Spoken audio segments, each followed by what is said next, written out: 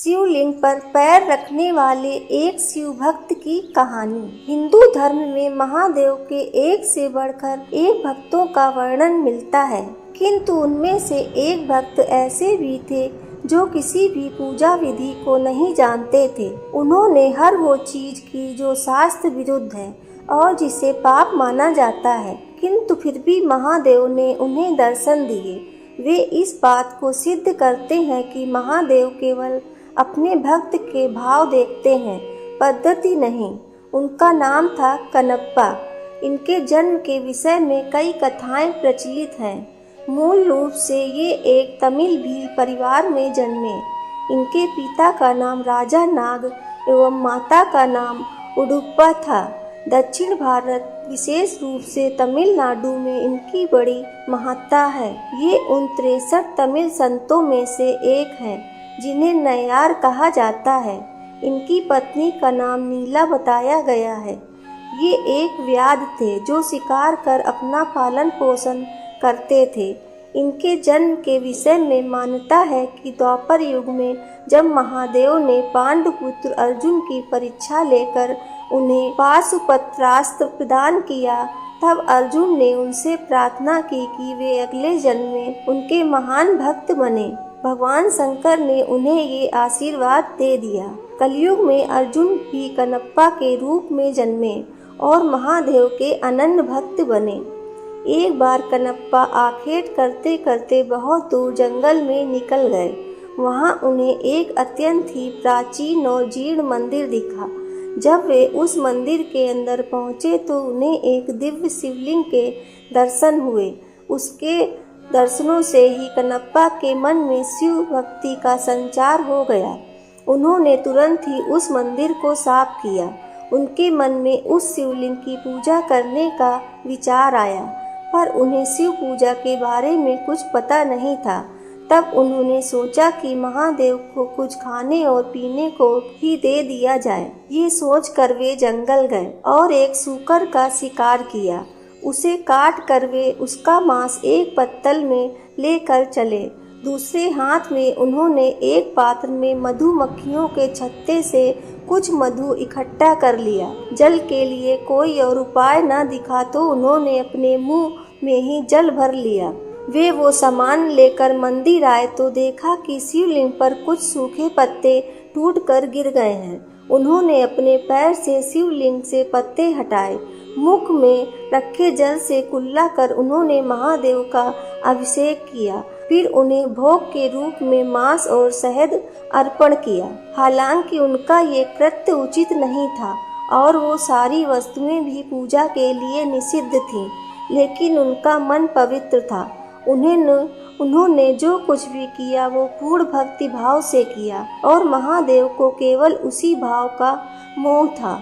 उन्होंने प्रसन्न मन से उसका प्रसाद स्वीकार कर लिया। अब तो ये कनप्पा का रोज का कार्य हो गया।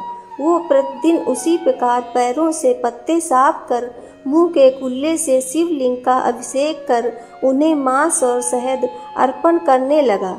जंगल में एकांत में स्थित उस मंदिर में महादेव की पूजा करने एक पुजारी भी आते थे जो बहुत बड़े शिव भक्त थे। कनप्पा के पूजा करने के बाद अगले दिन जब वे आए तो देखा कि पूरे मंदिर में यहाँ वहाँ मांस के टुकड़े पड़े हैं। वे बड़े दुखी हुए और तत्काल मंदिर को जल से धोकर पूजा की और स्वच्छ पुष्प चढ़ाए, किंतु अब रोज रोज उन्हें मंदिर में मांस दिखने लगा। ये देखकर एक दिन उन्होंने निश्चय किया कि वे पता करके रहेंगे कि कौन है जो रोज मंदिर को अपवित्र कर देता है। यही सोचकर वो रात को वहाँ रुक गए। रोज की भांति कनप्पा वहाँ आए और उन्होंने पैर से पुजारी द्वारा शिवलिंग पर चढ़े पुष्प हटाए, कुल्ले से उनका अभिषेक किया और फिर शिवलिंग पर मांस और मधु चढ़ाया। पुरानी मंदिर के एक कोने पुजारी मंदिर के एक कोने से छिप करके देख रहे थे। उन्हें ये देखकर बड़ा क्रोध आ रहा था। वे ये तो समझ गए कि कनप्पा ऐसा केवल भक्ति के कारण कर रहे थे, जानबूझकर नहीं, किंतु फिर भी उन्हें उसका कार्य बड़ा घृणित लगा। उसी समय उनके मन में विचार आया कि मैं इतने समय से शुद्ध चीजों से महादेव की पूजा करता हूँ, फिर भी मुझे उनके दर्शन नहीं हुए। फिर भला इस घृणित पद्धति से पूजा करने वाले से भला महादेव कैसे प्रसन्न हो सकते हैं। वे पुजारी भी महादेव के भक्त थे, इसीलिए अपने भक्त का अभिमान भंग करने के लिए उन्होंने एक लीला रची। कनप्पा ने देखा कि अचानक शिवलिंग के एक आंख से रक्त बहने लगा है। अपने आराध्य की ऐसी दशा देखकर वो अत्यंत दुखी हुआ। उसने पास पड़ी जड़ी बूटियों को शिवलिंग के नेत्र पर लगाया, किंतु रक्त का बहना नहीं रुका। उसे समझ नहीं आया कि क्या करना है। उधर छिपकर सब देख रहे उन पुजारी को भी कुछ समझ नहीं आया।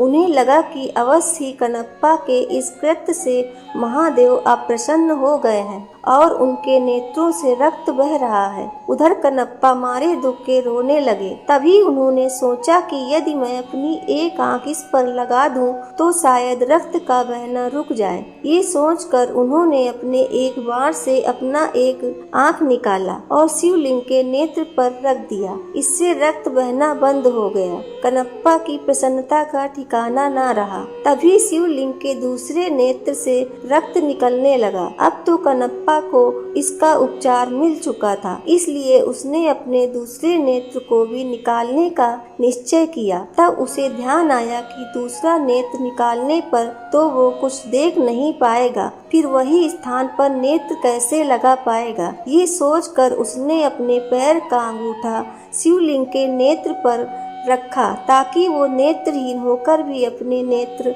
सही स्थान पर लगा पाए। फिर जैसे ही उसने अपने बाण से अपना नेत्र निकालने का यत्न किया, महादेव ने स्वयं प्रकट हो उसका हाथ पकड़ लिया। अपने आराध्य के दर्शन होते ही कनप्पा उनके चरणों में गिर पड़ा।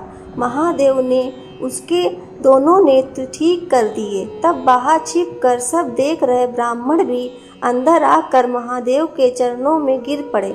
उन्होंने कहा, हे महादेव, मेरे मन में अहंकार आ गया था कि मैं आपका सबसे बड़ा भक्त हूँ, किंतु आज कनप्पा ने मेरा ये अभिमान तोड़ दिया। इनके कारण ही मुझे आज आपके दर्शनों का सौभाग्य मिला है। आज मुझे समझ आ गया कि आपको केवल भाव से ही प्राप्त किया जा सकता है, किसी पूजा पद्धति से नहीं। तब महादेव ने दोनों को आशीर्वाद दिया और वो अंतर ध्यान हो गए। वर्तमान में आंध्र प्रदेश के तिरुपति जिले के कालहस्ती नामक जगह पर महादेव का वही शिवलिंग श्री कालहस्ती महादेव के नाम से स्थापित है। मान्यता है कि भक्त राज कनप्पा ने इन्हीं शिवलिंग पर अपने नेत्र अर्पण किए थे। हर हर महादेव, ओम नमः शिवाय। दोस्तों, आपको ये जानकारी कैसी लगी कृपया कमेंट करके जरूर बताएं और ऐसी ही जानकारियों को जानने के लिए हमारे चैनल को सब्सक्राइब जरूर करें। धन्यवाद।